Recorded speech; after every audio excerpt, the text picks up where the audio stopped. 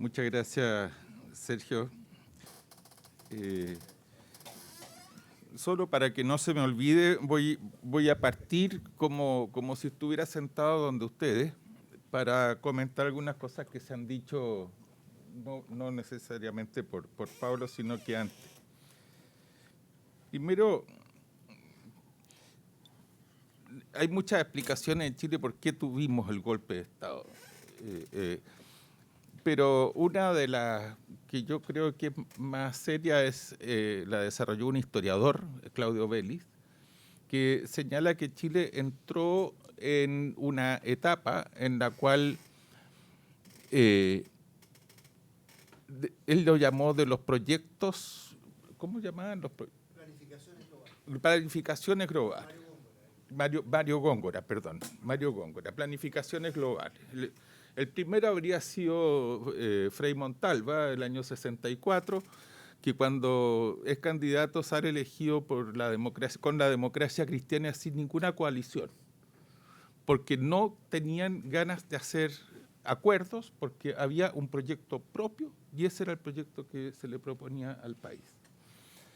Después viene Salvador Allende, que con menos del 40% de los votos termina siendo presidente de la República. Y el propósito también, una vez más, es poner un proyecto, aunque hubiera oposición a él, y finalmente la dictadura, que fue quizá el caso aún más extremo, que lo puso con la bota encima, un proyecto neoliberal. Cuando Chile vuelve a la democracia, hubo una reflexión profunda respecto de cuáles son los errores históricos que no íbamos a cometer. Y una de esas es que los países nunca parten de cero. La dictadura no partió de cero, ¿ya? Buena parte del éxito exportador viene desde antes. El gobierno de Salvador Allende no partió de cero. Y por lo tanto, el hecho que hayas tenido una dictadura y tienes la convicción y tienes también que hacer la reflexión, qué es lo que continúa y qué es lo que cambia, no convierta a la dictadura en un héroe del éxito chileno, para nada, ¿ya? Porque el referente, incluyendo los últimos años de crecimiento en la dictadura y la apuesta hacia el futuro, viendo la inversión que tenían, porque ahí es donde tú ves la apuesta. O sea, no ha habido ningún año de la democracia, o pongámoslo, claro, ningún año durante el periodo democrático en que la inversión haya sido más baja como proporción del producto que el mejor año de Pinochet. ¿Ya? Entonces, yo digo, los países no parten desde cero y yo creo que se le dan demasiados atributos a lo que fue la dictadura cuando yo tengo la impresión que gran parte del éxito y de convocar a una mayoría ciudadana, de saber que construir mayorías grandes, de que tú haces los proyectos que importan pasar, los haces con mayorías amplias en el Congreso, porque eso es lo que le da estabilidad, es uno de los aciertos que hubo en Chile. ¿Ya? Segundo, las políticas anticíclicas o los equilibrios macroeconómicos tienen una lógica que, si no la comprenden en Argentina, yo ahora entiendo muchas cosas sobre Argentina, digamos, pero tú construyes el futuro, en la casa también. Con mi señora de repente pensamos hacer algún viaje, alguna cosa, que si yo a lo mejor podemos comprarnos una segunda casa, familias con menos recursos tendrán otros planes.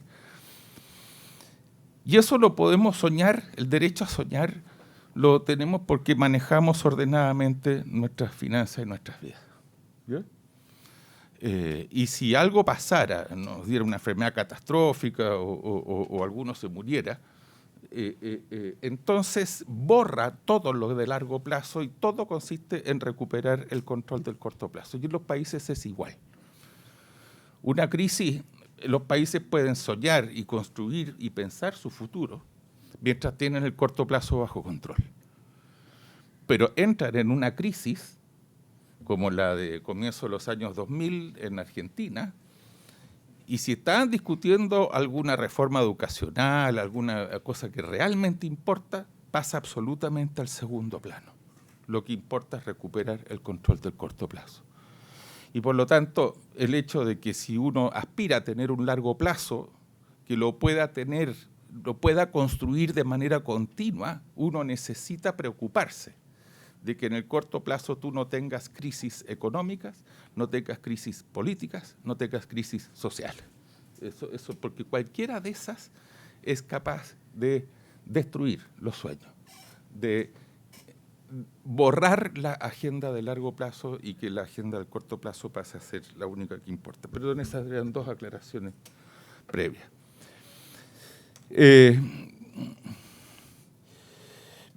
A ver, ¿cómo organizar? Yo hice en la mañana una intervención donde hice un recuento de países que entraron a tener desarrollo, entendiendo por desarrollo sociedades que son más igualitarias, pongámoslo en esos términos, y de mayores niveles de ingreso, en las más diversas condiciones históricas. Entonces, voy a dividir mi presentación, voy a intentar ser lo más breve posible, disculpen que lo haga quizás algo mecánicamente, pero para ganar tiempo. De cuáles son, porque hay montones de elementos que son comunes independientemente de los momentos históricos en que ocurrieron, y hay otros que son muy dependientes del momento histórico en que ocurrió. Y como elemento, llamemos, de base, yo quiero recordar el pensamiento de Arthur Lewis, Premio Nobel de Economía, que inspirándose en un caso de 20 años de Japón del siglo XIX, construyó una teoría diciendo que el problema del subdesarrollo es el exceso de población. Eso fue, estoy haciéndolo en una cáscara de nuez, como dicen los ingleses, que el exceso de población era la preocupación de los ingleses también en el siglo XVIII y XIX. Malthus, el ejército industrial de reserva, qué sé yo. La miseria es consecuencia del exceso de población desde un punto de vista estrictamente económico. Y que los países lo que tienen que hacer es que su polo moderno crezca lo más rápidamente posible hasta que ese exceso de población es absorbido en el sector moderno. Y plantea un punto de inflexión, que es un punto de inflexión, no es inflexión, de quiebre, el turning point de Lewis, que lo plantea en el momento en que la migración que va ocurriendo durante el proceso, desde el campo hasta la ciudad y desde la informalidad hacia el sector moderno, empieza a generar ya pérdida de productividad en el sector más antiguo, ya atrasado. Y lo traigo a colación porque este modelo, que aquí en América Latina nunca ha sido importante para la generación de políticas públicas, resulta que en los casos más recientes de Asia ha sido fundamental. En el caso de Corea, es el planteamiento original de Lewis. Hoy día es un modelo que es mucho más amplio que con las cosas que se han desarrollado en Asia. El desarrollo de Corea se basó precisamente en estos principios, tener una primera fase de crecimiento muy acelerado de manera que la mayor cantidad de población se incorporara a la modernidad. ¿Ya? Y se dieron cuenta en el caso de Corea que una vez que tú lo logras, que llegas no has llegado a la meta, pero estás cerca, en ese punto de inflexión, pasa a ser un buen negocio que esa modernidad que geográficamente está concentrada al principio se vaya a conquistar el hinterland, ¿ya? Y pasa a ser parte del modelo también esa conquista del hinterland. De manera que la modernidad se extiende a, al principio, las migraciones desde los lugares más atrasados hacia la modernidad, y después la modernidad invade el mundo atrasado. Y no quiero seguir nombrando ejemplos, pero en China ese modelo es fundamental.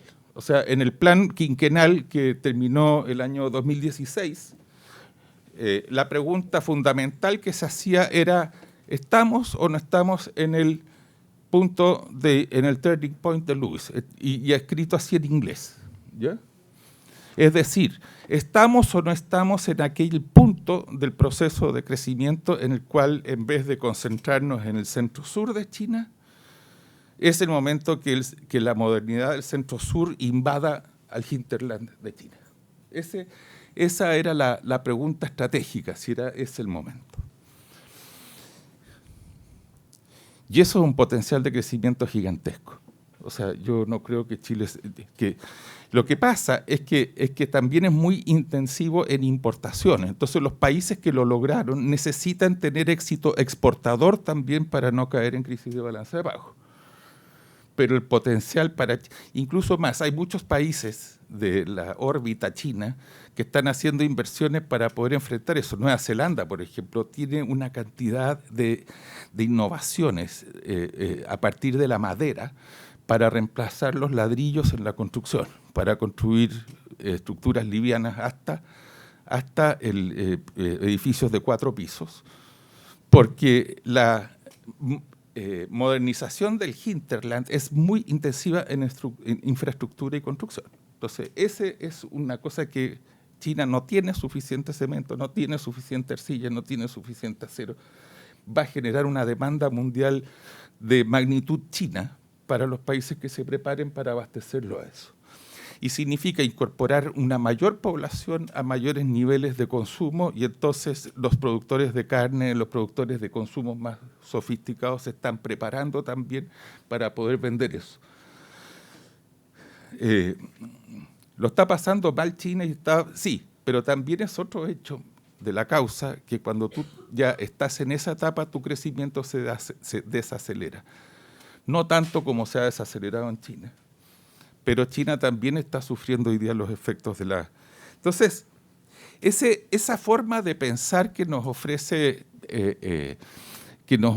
Lewis, a mí me gusta también para explicar nuestros procesos. En el caso de Chile, nuestro Hirschman propio, Benninger, como decía Ignacio Walker, decía, si ganamos el plebiscito tenemos que prepararnos para gobernar. Hubo 3 años para pensar en cómo hacerlo, ¿ya?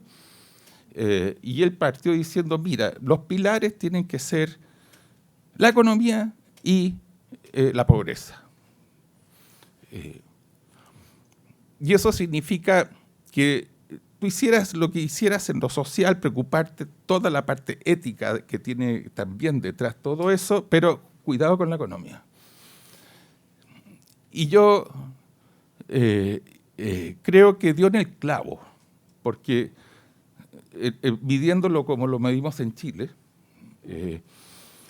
la pobreza hoy día sigue siendo alta porque hemos cambiado la definición. La pobreza es un concepto relativo. Entonces, por lo mismo es injusto mantener una definición. Pero para ver entre distintos momentos del tiempo, si usáramos la misma definición, la pobreza en Chile habría caído desde un 45% de la población en el año 1987 a un 2,9% de la población hoy día.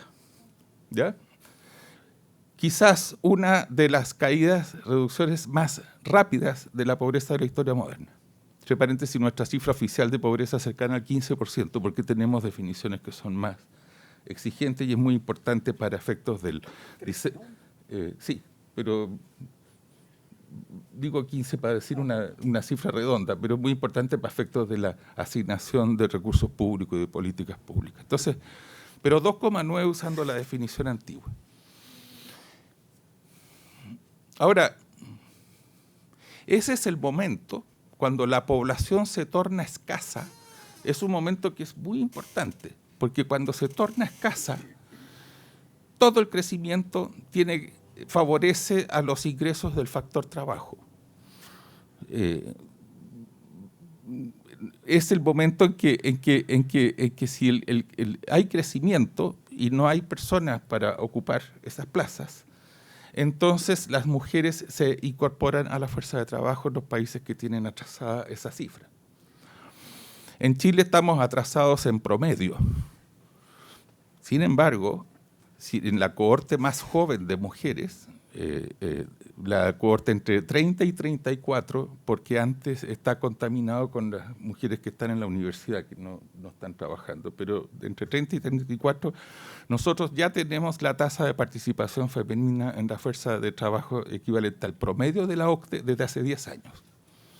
Y seguimos los ciclos de la OCDE para ese cohorte igual.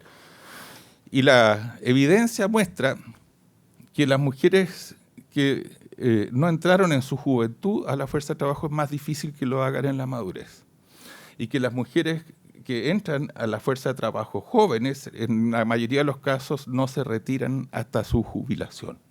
Entonces, el pronóstico es que esas generaciones que son hoy día jóvenes, a medida que vayan envejeciendo, van a ir logrando que el promedio se vaya pareciendo a la OCDE.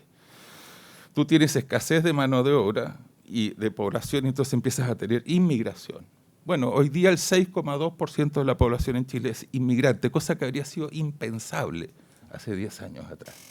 Son manifestaciones que tiene, mirándolo desde esa perspectiva, y también que como se empieza a abandonar la pobreza, y la pobreza es políticamente importante porque es mayoría al principio, y en democracia esos son muchos votos, empiezan a ser reemplazados por una nueva mayoría que se va construyendo, que es una clase media precaria, llena de inseguridades.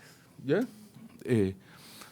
La clase media quizás no están en la pobreza, pero tienen la obligación de generar ingresos y de trabajar. ¿Por qué? Porque no tienen la riqueza, el patrimonio para poder vivir sin trabajar. Y por lo tanto sus demandas son todas demandas que tienen que ver directamente con los riesgos que enfrentan.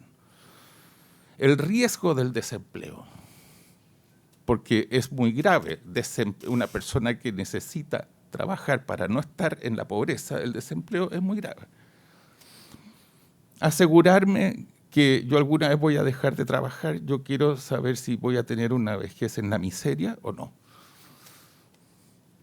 Yo quiero saber si mis hijos van a ser mejores que nosotros o van a ser peores que nosotros. Demandan sobre educación, y esa es una gran incertidumbre de las aspiraciones de clase media, que son aspiracionales. Seguridad ciudadana, etcétera.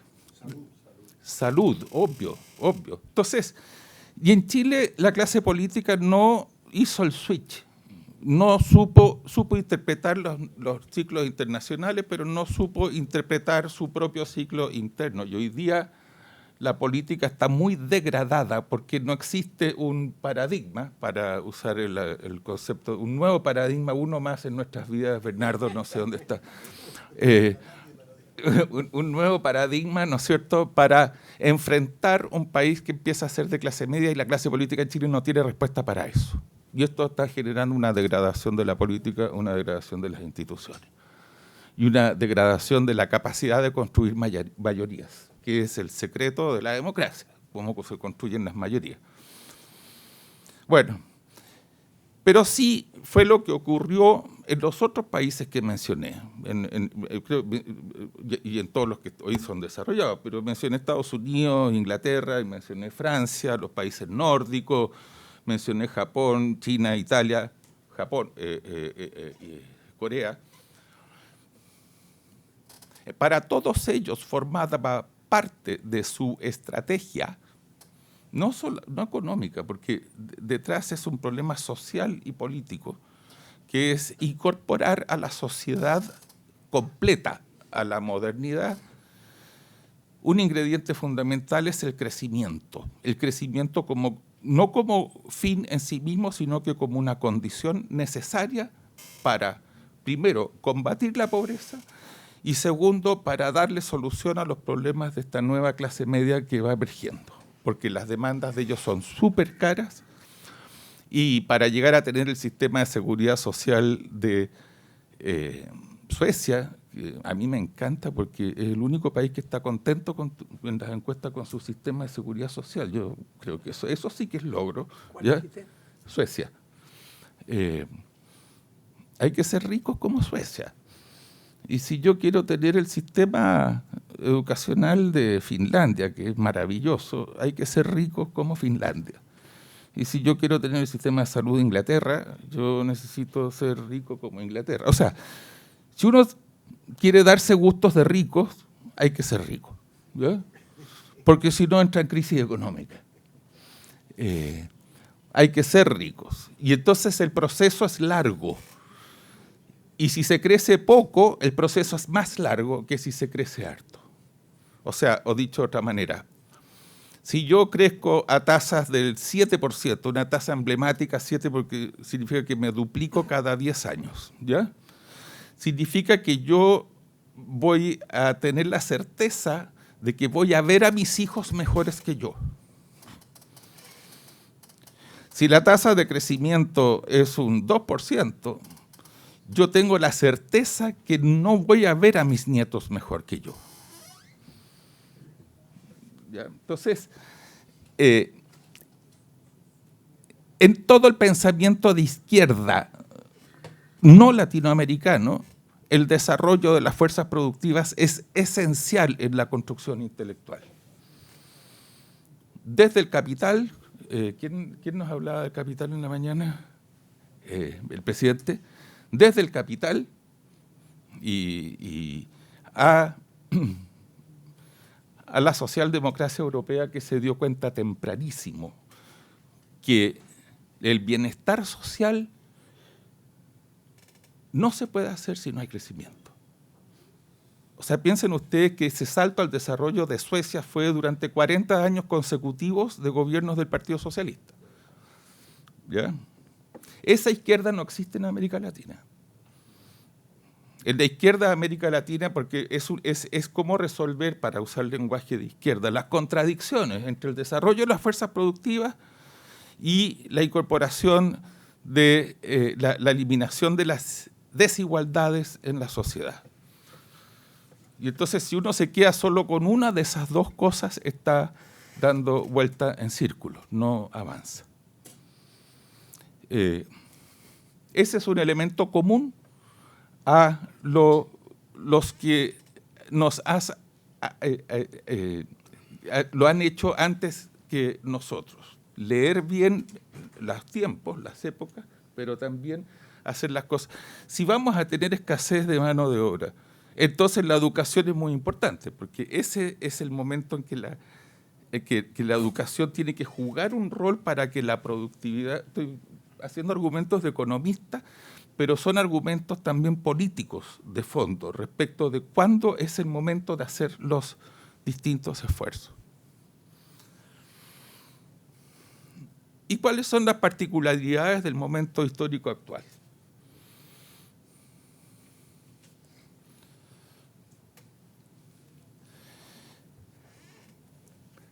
Las 10 empresas más grandes del mundo, medidas por su valor bursátil, se dice bursátil Sí.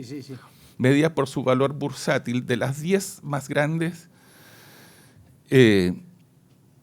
8 de ellas son plataformas.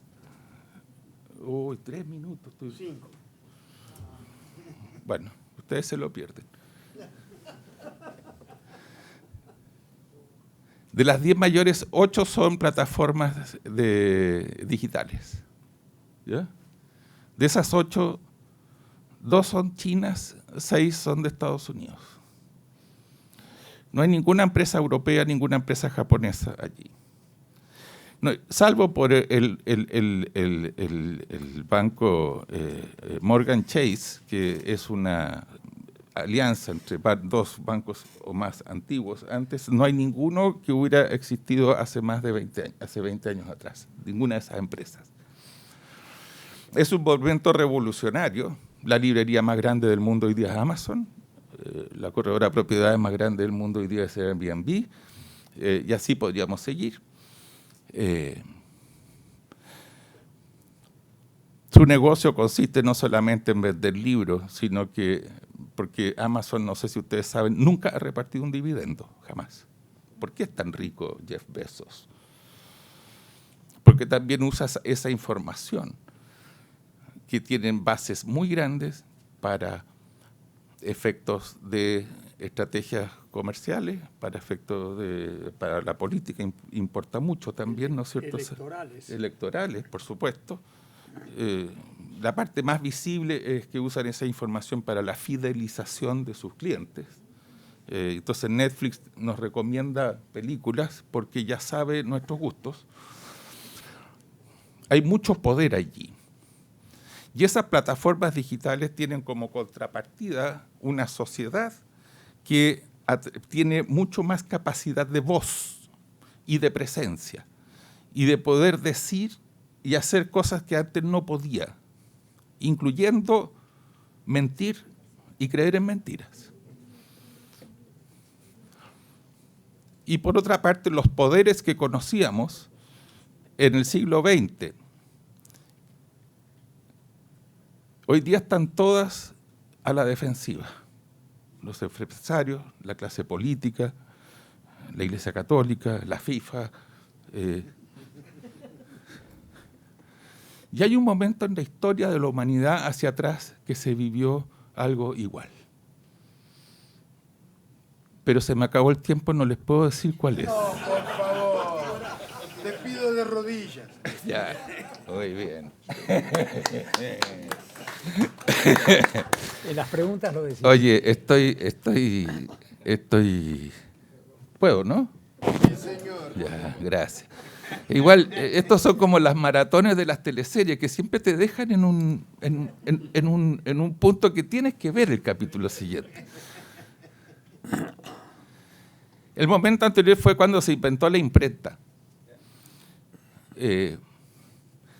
Y para hacerlo bien corto, el momento cúlmine fue cuando Martín Lutero, había muchas personas que antes intentaron ser lo que hicieron los protestantes, de reaccionar frente estaban los arrianos, los paulinistas, y hay una larga lista que trataban de convencerlo y si no podían se resolvían con los medios de la clase de la Edad Media, o sea, genocidio.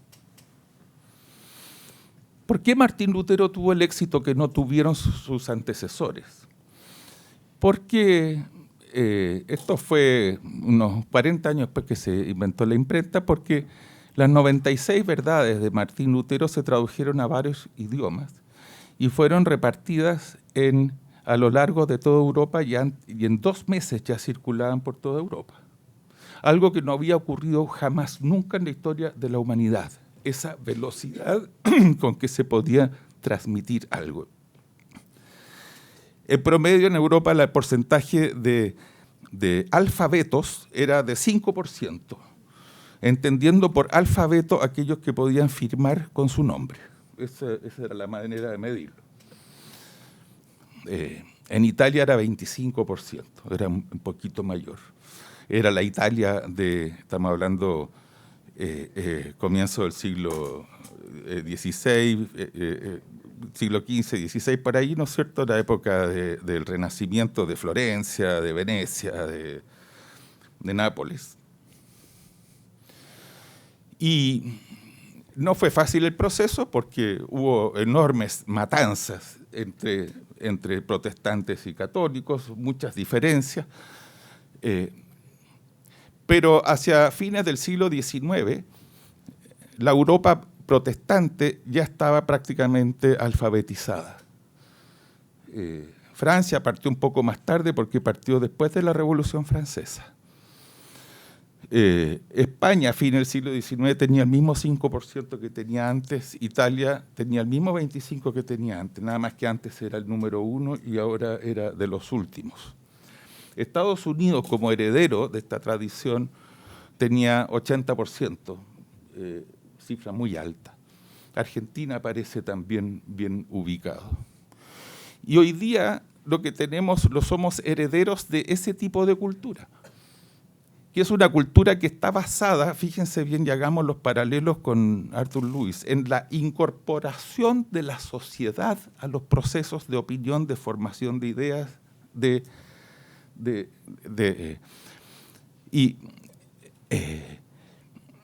Y claro, esto podría haber derivado en soluciones fascistas, podría haber derivado en soluciones donde una burocracia termina manejando el país. Yo creo que no es casualidad que finalmente termine dominando una forma liberal de resolver esto, porque esa forma liberal es la que mejor cumple la meta, que es incorporar de la mejor manera posible a toda la sociedad. Y tuvo en juego la Iglesia Católica, los poderes del Estado, el poder feudalismo. Las reformas agrarias son precisamente reacciones frente a eso, incluyendo como reforma agraria la Revolución Francesa, la Revolución Rusa, la Revolución China, porque fueron reformas agrarias. Hasta pleno siglo XX era esa pelea. Yo no sé a dónde nos va a llevar esta cosa de que hay un nuevo salto de la sociedad que la empodera. Yo creo que a la larga es para mejor, pero tenemos toda la perplejidad inicial y la posverdad, que mienten y creen en mentiras. Bueno, con la imprenta también surgió la pornografía y los pasquines. ¿Cómo se dice? Pasquines. Sí, está bien. Pasquines. Pero no es eso lo que finalmente queda de ese periodo. Bueno, Y yo, pornografía se queda. sí, eso sí, pero me refiero que el legado para efectos de cómo tú construyes sociedad. Eterna como el agua y el aire, diría Sí. Borges. Entonces lo que yo sí creo es que si el secreto de estos tiempos ha sido incorporar a la sociedad al conocimiento, incorporar la sociedad a los procesos productivos modernos, incorporar a toda la sociedad, eso es avanzar hacia más igualdad. Si ese es el elemento distintivo, entonces, ante estas pugnas hegemónicas entre Estados Unidos y China, por ejemplo, ya vamos a estar todos muertos cuando esto se resuelva. Esos siguen siendo procesos muy largos. No creo que Trump sea el adalid del pensamiento liberal, creo todo lo contrario, digamos. Lo que yo sí creo es que si China avanza en este camino, hoy día prohíben las migraciones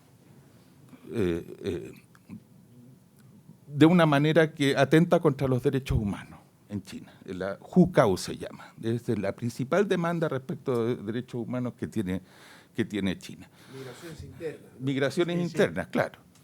En Brasil no se impiden, y por eso es que 20 millones de brasileños viven en favelas, que vienen a buscar donde está la modernidad, vienen a buscar soluciones a sus vidas. En Chile era lo mismo, digamos, esa es la gran diferencia.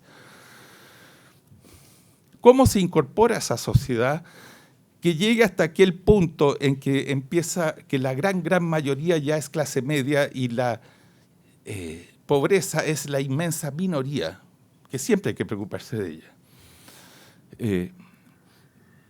¿Cómo China va a enfrentar eso? Porque la clase media es complicada. Yo no conozco países de clase media que sean autoritarios. Eso todavía para mí es una novedad. Y va a ser interesante. Pidiendo, ahora es Nacho. Ya. Está pidiendo que termine. Sí, Nacho, yo sé que, oye, después vas a hablar tú, Nacho, y vamos a reciprocar. Sí, está bien. Y el signo de los nuevos tiempos, de la robótica y de la Internet de las cosas y todo eso, es una amenaza, es amenazante contra el empleo de muchas personas. Pues tiene esa cosa chumpeteriana que puede ser muy destructiva. Pero la sociedad, como lo han hecho los países que nos han antecedido, tiene que preocuparse de que si hay caídos en el proceso, hay que recogerlos. Hay que darles una solución.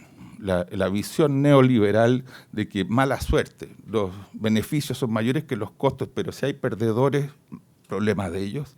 Esa es una cosa que, en primer lugar, es malo en sí mismo, porque la idea de fondo es incorporar a las personas. Pero lo segundo es que si esa es un riesgo del cambio, entonces yo voy a ser contrario al cambio. Y eso es una cosa que uno nota, la reacción, especialmente en nuestro continente, de no hacer los cambios que hay que hacer, porque cuando hay perdedores frente a esos cambios, siempre los hay, los perdedores están, no tienen el amparo de quienes tienen que pensar los procesos de cómo se construyen grandes mayorías, que es la forma como tú haces democracia de crecimiento. Ahora sí, gracias.